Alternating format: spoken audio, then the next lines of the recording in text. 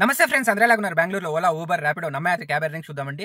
24 hours earnings start చేసిన date వచ్చేసి 31 తేదీ మంగళవారం 12 నెల 2024. ముందుగా వచ్చేసి 300 కిలోమీటర్లు చూద్దామండి.